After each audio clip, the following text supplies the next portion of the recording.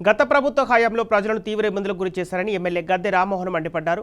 విజయవాడ తూర్పు నియోజకవర్గంలోని 5వ డివిజన్లో ఎమ్మెల్యే పర్యటించి ప్రజల సమస్యలపై సమీక్షించారు. నగరంలో రోడ్ల నిర్మాణానికి ప్రభుత్వం మంజూరు చేసిన నిధులు వైసీపీ దుర్వినియోగం చేసిందని గద్దె రామ్మోహన్ ఆరోపించారు.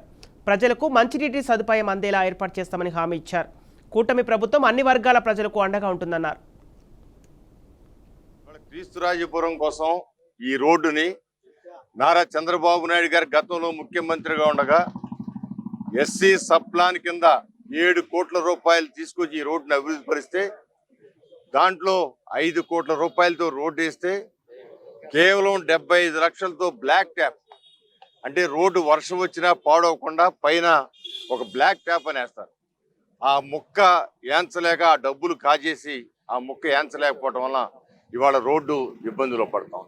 కొండ ప్రాంత వాసులకి నిత్యం అవసరమైన మంచినీళ్ల కోసం 3 కోట్ల రూపాయలతో నారా చంద్రబాబు నాయుడు గారు ప్రత్యేకమైన నిధులు ఇచ్చి 3 కోట్ల రూపాయలతో శంకుస్థాపన చేసి కాంట్రాక్ట్ కూడా వర్క్ మొదలు పెడితే ఈ ప్రభుత్వం రాగానే 2019లో ఆ వర్క్ను రద్దుపరిచింది.